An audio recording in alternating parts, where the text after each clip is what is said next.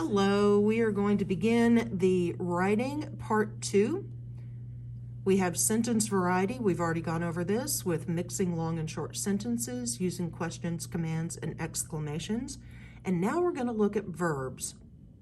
Believe it or not, strong verbs can completely change the voice of your piece. The style that you use, the type that you use, the energy that is involved, all comes from the verb. So the verb is the key element in changing your voice, making it vigorous, making it forceful, making it soft. That's where it's going to happen, is in the verb. So, 3 types of verbs to watch out for. The first is state of being verb. The likelihood that you are going to change these verbs to something much more complex should be extremely high. This is what I expect you to do whenever you write. I want you just to write, and then go back in and edit. So if we look at this short piece right here, I would suggest that you consult a list of powerful verbs after you have exhausted all efforts to come up with stronger verbs on your own. You want your prose to be your own creation and train your brain to come up with stronger verbs when editing. But use thesaurus.com until you get used to using your new and expanded vocabulary. So these verbs up here, is, am, had, did, been, could, recognize anything? Be verbs. So those are the ones that we're going to look for to change. Most likely we can completely eliminate them, but if we do that, we may have to change the way that the other words are functioning in the sentence, which is fine. So I would suggest that you consult a list of powerful verbs after you have exhausted all efforts. Words like have and that are used entirely too often. We use them kind of as fillers instead of So if we remove haves and that's, right there we've changed the sentence structure. I would suggest that you consult, there's the word that, consult a list of powerful verbs after you exhausted. Now that doesn't work, so we have to change exhausted to exhaust. So let's look at this. I suggest is more powerful than I would suggest. The unfortunate thing about writing for most people is that they don't want to be offensive. They don't want to be self-assured. They don't want to sound like they're bossing people around. But do it anyway. I suggest. Did you suggest it? Yes, I did. Okay, so then own it. Not I would suggest, but I suggest. I suggest you consult, because remember, we're going to remove the that's, a list of powerful verbs after you exhaust. Okay, so I suggest you exhaust. See how those are matching now? All efforts to come up with stronger verbs on your own. Now, don't say you want. Say make. Be definitive. I'm going to say what I mean. Make your prose your own creation. Make it your own. Instead of you want to make your prose out to be your own. See how that kind of goes all the way around the block? Don't do that. Go straight to the point. Make your prose your own creation. Prose, by the way, is the opposite of poetry. And train your brain. Okay, so here's a verb. Let's change it, but make sure, if you're going to put in the word edify, for instance, as a replacement for train, make sure that that verb actually means what you think it means. So look it up, especially if you don't recognize it, if it's not something that you've used before.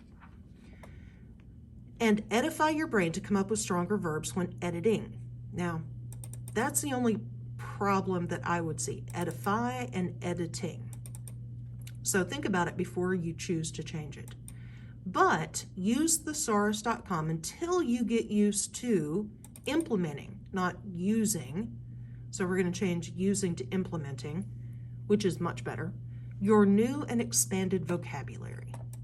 Alrighty. So the state of being verbs, am, is, are, was, were, all of those, can be, should be, could have been, should have been, all the be verbs, look out for them. Second type of verb is that which relies on an adverb to make it more powerful. If you have a good verb, it doesn't need an adverb. So let's look at this. We have the verb ran, and then we have the adverb quickly. Remember, the vast majority of adverbs are LYs. They don't have to go in front. They can go behind the verb. So look for LYs. So the fox ran quickly. Could we replace ran quickly, 2 words, with one? Dashed. The fox ran through the forest, kind of boring. The fox ran quickly through the forest. Okay, now that's, got some more interest to it. But if we say the fox dashed through the forest, much more interesting choice. We're also reducing the number of words and still saying the same thing. She looked at her rival. She menacingly looked at her rival. She glared at her rival.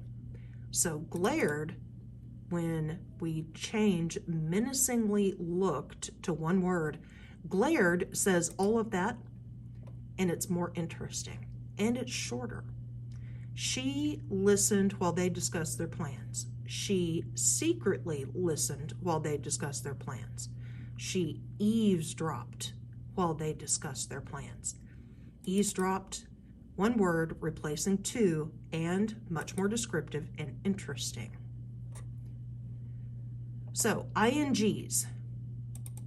Watch out, because with INGs, you're going to end up having to put in 2, so you have a linking or helping verb with your ING verb. He was walking, or he walked. She was loving the idea of, she loved the idea of. The family was starting to gather, the family started to gather. So all of these are condensing. We're going to be condensing, but making our writing more powerful. Up until now, you've been trained to stretch, stretch, stretch, and make your writing longer. Now we're actually going to go in and make it shorter, but it's going to be better. So, first exercise, replace all the weak verbs with strong verbs in the following paragraphs and combine short sentences, move things around, correct any errors. So now you're going to be using what you did in the previous writing, and you're going to throw in the verb changes.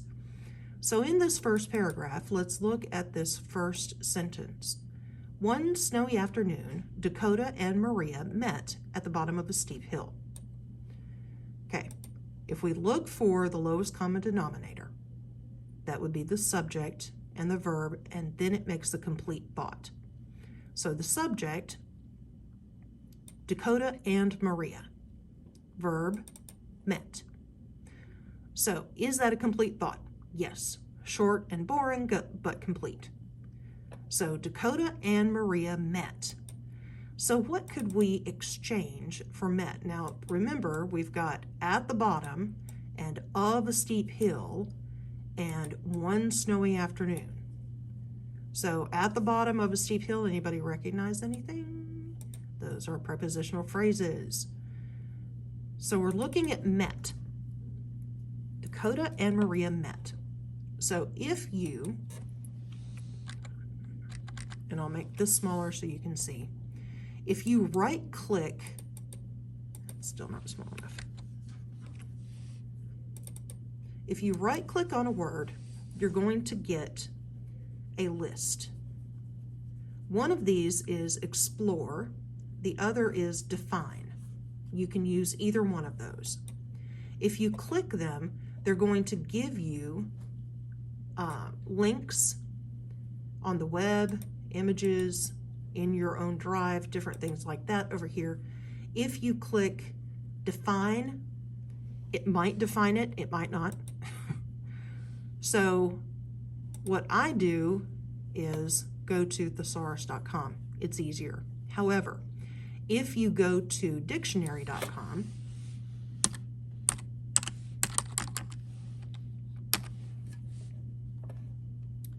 you can look up a word, met, and it will give you the definition,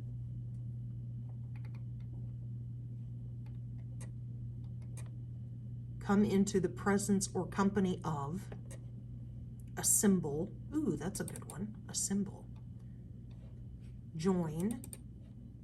So it gives you definitions, and then it should give you synonyms. In this case, it does not. So, synonyms for met. This is on thesaurus.com.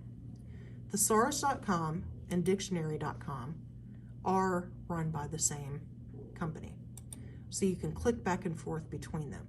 But on thesaurus.com, you can type in the same word, met, and you are going to get happen on, is what this one is, connect or join, synonyms for those, perform or carry out, synonyms for those, come together, convene, ooh, I like convene, all different kinds of synonyms for met. So how do you mean met? Do you mean connect or join? Yes. Teachers, report this interruption. I've got